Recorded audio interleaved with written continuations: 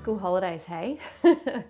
What a nervous system shit show that is. So I have had 5 boys today, so my own 3 and 2 visiting for a play date, which I love. I still stand by and attest to the fact that it is easy to have more children than it is to have less because they entertain each other and you're not needed to provide all the entertainment. But I absolutely found today to be incredibly triggering, and there were many moments where I was doing a lot of emotional regulation for everyone. The point of this video is when you are feeling super strung out, you've had a very long day of trying to regulate everyone else's emotions whilst also regulating your own. Let's talk about some quick little practices you can do to kind of just bring yourself back. Before we get started, I think it's also important to add, I'm trying to also teach these skills to my kids. When my kids are fighting, when they're feeling dysregulated and stressed, it's their natural go-to to fight with each other. And I think just saying to them, stop hitting, stop kicking is great. We want to encourage that, but we also want to give them something else they can do. So I've really been trying to make the conversation around feeling stressed and feeling overwhelmed a conversation and doing the internal thinking aloud so they can hear what is going on for me and hopefully learn from that. So I'm feeling really stressed out right now. This noise is getting really overwhelming. I need to go and take 5 deep breaths and calm myself down, and then we'll have a conversation about it. And just trying to make my emotional regulation a little bit more visible so that they can model that. Because if all we're modeling is us losing our shit when we're getting angry and overwhelmed, then it's probably no wonder that they are doing the same. So the first and most obvious tool that you can use to calm down is the breath. So for me, if I'm feeling like, this is too much, in and out through the nose is not cutting it. I need to get the mouth involved. So it's an inhale through the nose. And it's a really obvious exhale through the mouth, as long as I can.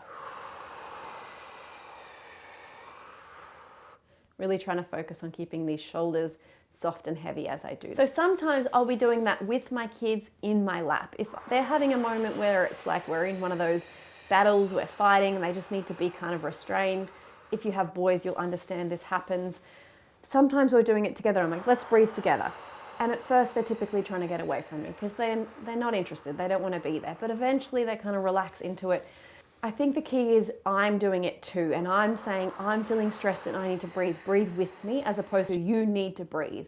I know if I tell my kids to do it, it just kind of makes them angrier, but if we do it together, it typically works.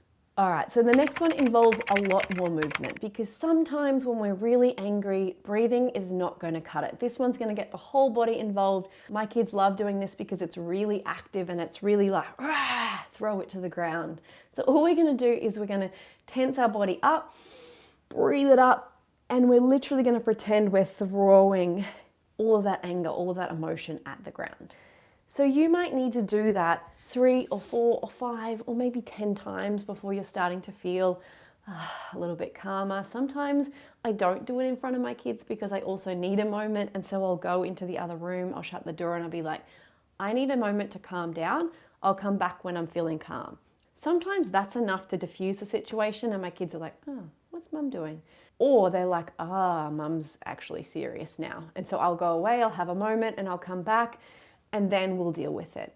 Other times, especially if my kids are kind of at each other and they're fighting, instead of just saying don't hit or don't do that, I'll say, I can see you're really frustrated. Let's get that frustration out. And I'm giving them an actual tool they can do to get rid of that frustration. Because if they're hitting and kicking, that's their only strategy. That's all they know how to do to get rid of those frustrated feelings. So it's really important to give them something that they can replace that with.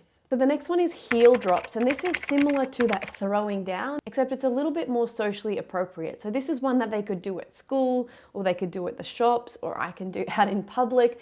That doesn't make me look quite so crazy as throwing my frustration at the ground, because it's quite subtle. People aren't going to notice you're doing it, but it's still that physicality of dropping. It's still helping to get us back into our bodies instead of getting stuck in our mind and our emotions.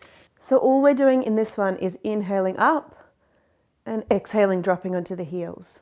Inhaling up and exhaling, dropping. And you could be emphasizing breathing in and dropping everything down. And it's again, just that physical sensation of getting back in the body. You might need to do 10 of these. It also acts as that bit of a diffuser between the stress and the anger and our reaction. So if before you react to your kids having a meltdown, or before your kids react to their brother annoying them or stealing their toy, they take 3 heel drops, it just gives us that space between the trigger and the reaction to hopefully choose a better reaction. And then finally, the last thing that I like to use is turning a really tense situation into a playful situation.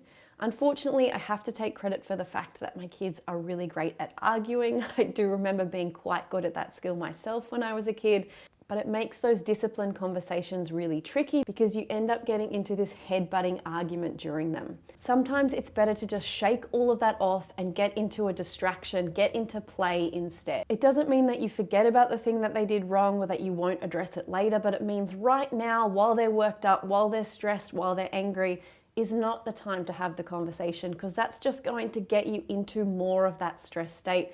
Your shackles are going to rise, theirs are going to rise, and we can't have a reasonable thinking conversation when we're both up here in our nervous system. So adding in play here works really well. Who doesn't love doing a cartwheel? Who doesn't love doing a handstand? My kids are always easily distracted by the good old, who can do the best cartwheel for me? I used this yesterday. It worked like magic when we were all up here fighting over the soccer ball, and next minute everyone was calm and just trying to show me their best cartwheels. And this also works for me when I'm feeling stressed and overwhelmed. I sometimes just need to take myself outside on the grass and practice doing handstands and not take myself so seriously. When I'm feeling tense, when I'm feeling like, oh, this is all too much, a quick handstand will always fix that.